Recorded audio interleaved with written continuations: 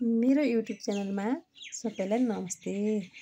म बनाउँदैछु आज लप्सीको अचार। लप्सीको अचार मैले 2 केजी किनेकी थिएँ। 1 केजी यसमा सिटी लाएँ, 1 केजी यसमा सिटी लाएँ। 2 केजी उसिनिसकेँ। अब म यो खोल्छु है। यस्तो भएको छ। बढी उसिनियो कि मलाई त्यति खासै थाहा भएन है। यस्तो भयो। एक कुकरको यो यस्तो भएको छ। अर्को कुकरको पनि यस्तो भएको छ। फाइनली 2 कुकर भरि त होइन, आधी भएको थियो। यो 2 किलो लप्सी उसिनेकी छु। सबैले हेर्दै जानुहोला लप्सीको अचार मेरो बनाउने तरिका। धुवा आइरहेको छ। यसलाई अब अलिअलि सेलाउन दिनेछु।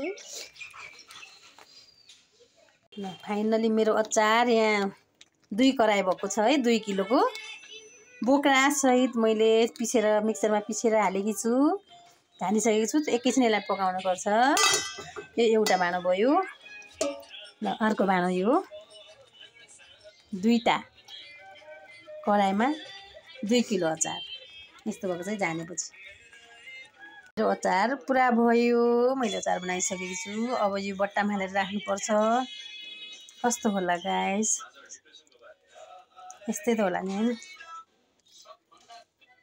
अब यो बट्टामा हालेर राख्नुपर्छ।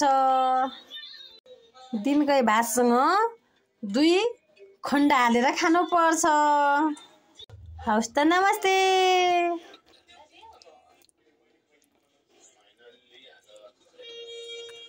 By by.